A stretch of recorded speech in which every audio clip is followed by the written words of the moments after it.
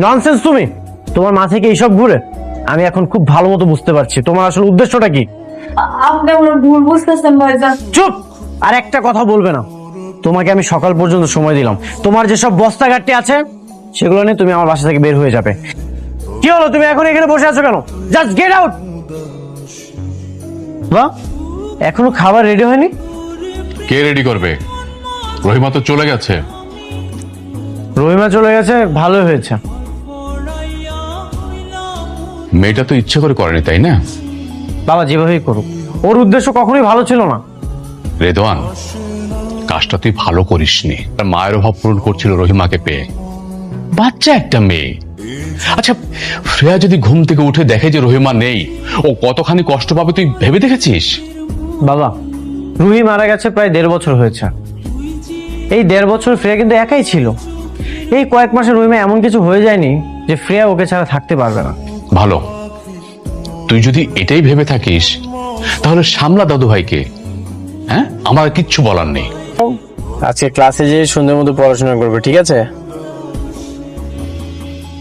কি ব্যাপার, তোমার মন খারাপ কেন? কথা বলছো না যে? আমি তোমার সাথে কথা বলবো না। চুপ করো। ফ্রেয়া, তাড়াতাড়ি চলো, স্কুলে লেট হয়ে যাচ্ছে।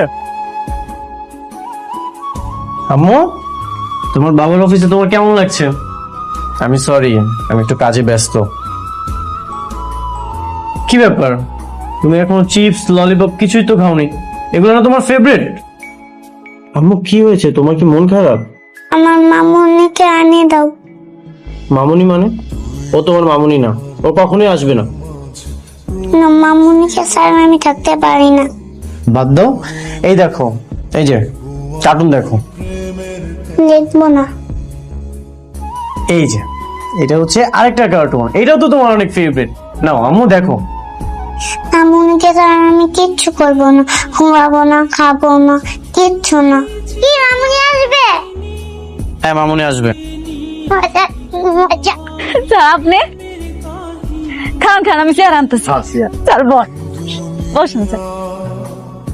এসবের কি দরকার ছিল? রহিমা, আমি সরি। আমি তোমাকে, স্যার শোনো, এসব বুঝলু ফুজলু বাদ দাও। এখন থেকে তুমি ফ্রেয়ার মা হয়ে থাকবে।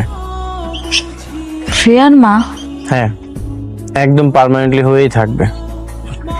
আপনি আমারে ফ্রেয়ার মা বানাতে চান, সেটা তো খুব ভালো কথা, কিন্তু আমার হবু স্বামীকে এটা মাইনা নিব, ব্যাপারটা কেমন না স্যার? যদি স্বামী ফ্রেয়ার বাবা হয়? কি কইতেছেন স্যার? আমি ঠিকই বলছি। আপনি সত্যি মন থেকে আমারে বিয়ে করতে চান?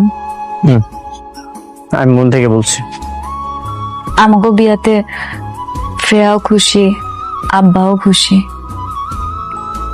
কিন্তু আপনি কিন্তু একবারও কইলেন না আপনি খুশি কিনা। আমি অনেক খুশি হয়েছি। মানুষের জীবনে প্রেম একবার আসে। রুহি যখন আমার লাইফে ছিল, আমি কখনোই ভাবিনি আমার জীবনে দ্বিতীয় ভালোবাসাও আসতে পারে। তোমার আর ফ্রেয়ার যে আন্ডারস্ট্যান্ডিং, সেটা দেখে আমি সত্যিই মুগ্ধ হয়েছি। আসলে কি জানো, প্রথম নারী চলে গেলে পুরুষ আর কখনোই সুন্দর নারী খোঁজে না, খোঁজে একজন বিশ্বস্ত নারী, যার কাছে ভরসা পাওয়া যায়, শান্তি পাওয়া যায়। আমি সত্যিই তোমাকে অনেক ভালোবাসি।